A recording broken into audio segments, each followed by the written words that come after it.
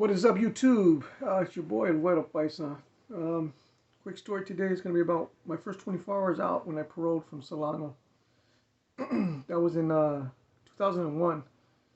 Um, Within 24 hours, I got into almost 3 wrecks, like 3 fights or 3 mishaps, whatever you want to call it.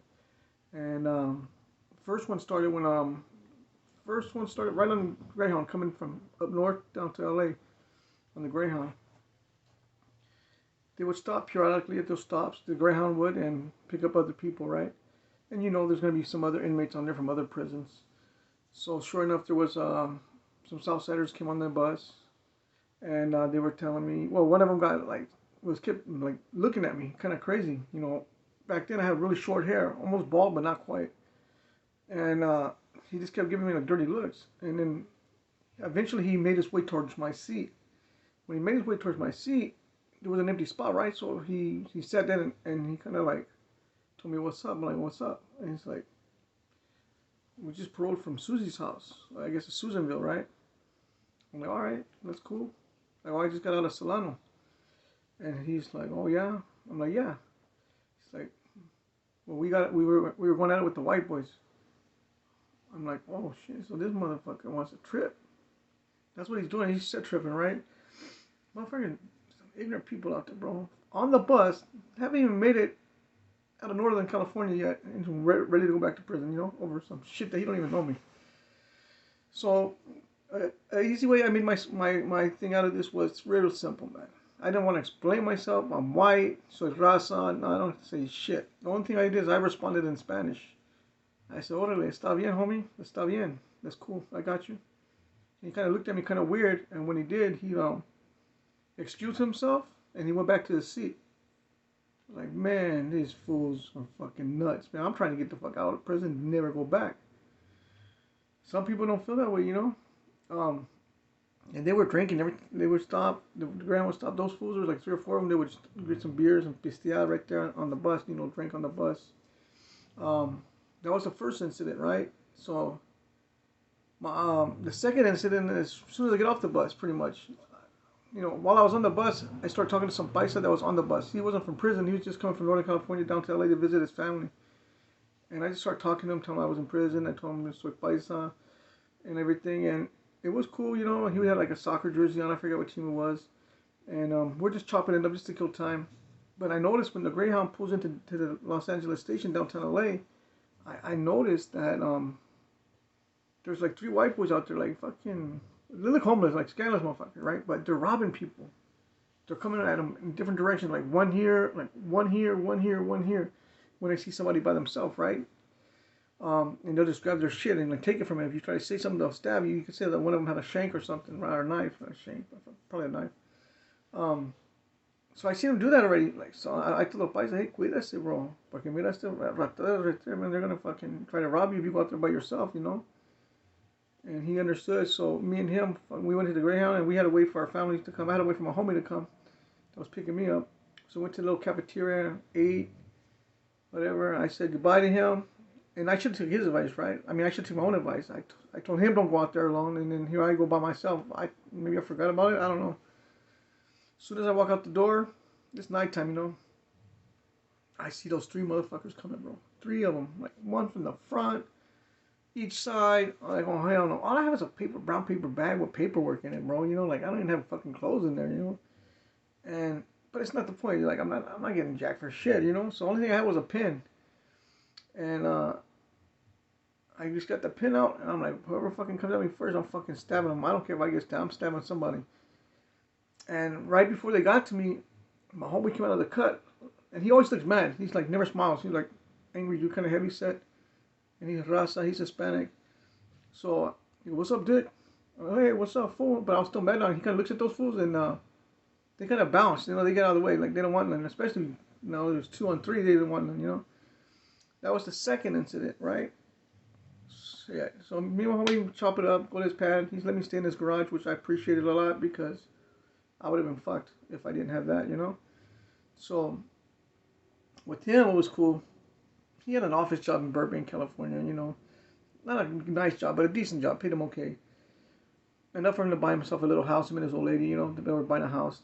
So So I appreciate that. And the next day, I had to go see my parole officer in downtown LA. Now, I'm all the way in the San Fernando Valley, in Sun Valley, right? So I'm like, fuck. My homie takes me to the train station or whatever, the metro, whatever you call it, underneath the ground. And before it, when I went in, they didn't have that. So I was kind of like lost or confused with that. But he drops me off right in front of the North Hollywood station. He goes, you just go down the stairs, there's a train that takes you to LA. That's all I knew. I'm like, fine. But I grew up in LA, right? So, I mean, I know if I get down to downtown LA, I know my way around. I grew up like maybe 3 miles west of downtown LA, near Echo Park, the beginning of Hollywood, by LA City College. That's where I grew up at. So, I knew downtown pretty good. So, as soon as I get down there, I'm fine. You know, Temple Street, First Street, all those streets. So, I get down there, I make my way to the parole office, go up there. Is Agent Valenzuela here, my parole officer? And they said, no, he's not in. He comes in around 9 or wait, whatever the fuck it was.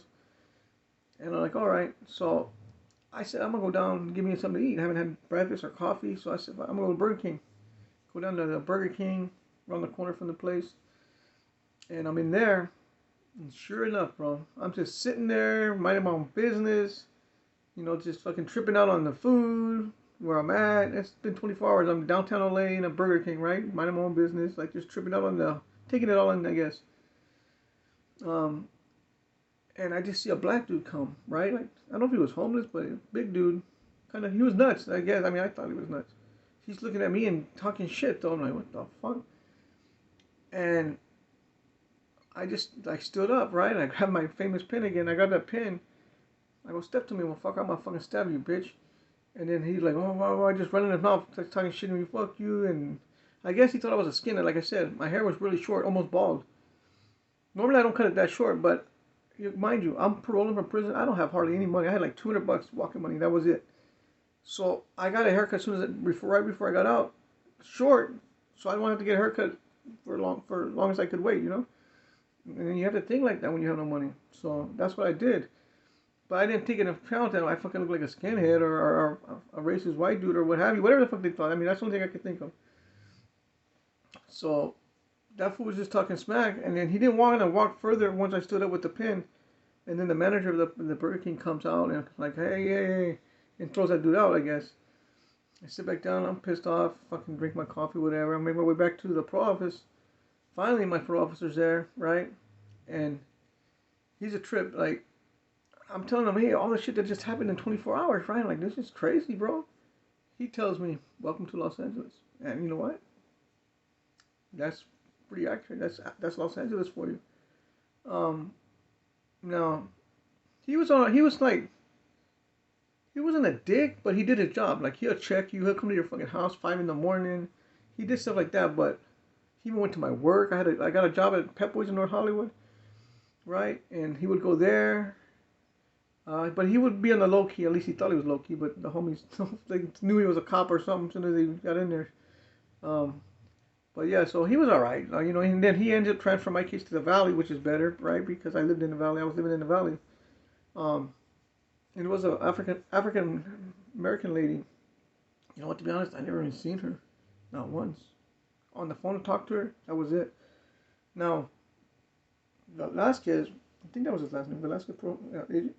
He was driving all the way from LA. He came to my house once at 5 in the morning, banging on the garage because he knew I lived in the garage. I get up, go to into the house, open the front door. My face is all red, you know, 'cause I was sleeping. You know, I'm white, bro. I got white skin. So, you know, white people probably know that, you know, you sleep on one side, your face will get red on one side or the other, right? As soon as I open the door, the first thing he asked me, have I been doing drugs? I'm like, what? I'm like, no, man, why? Why do you ask that? He says, your face is red. I go, bro, I was asleep. That's the side I guess I was sleeping on, you know? What the fuck did that have to do with drugs?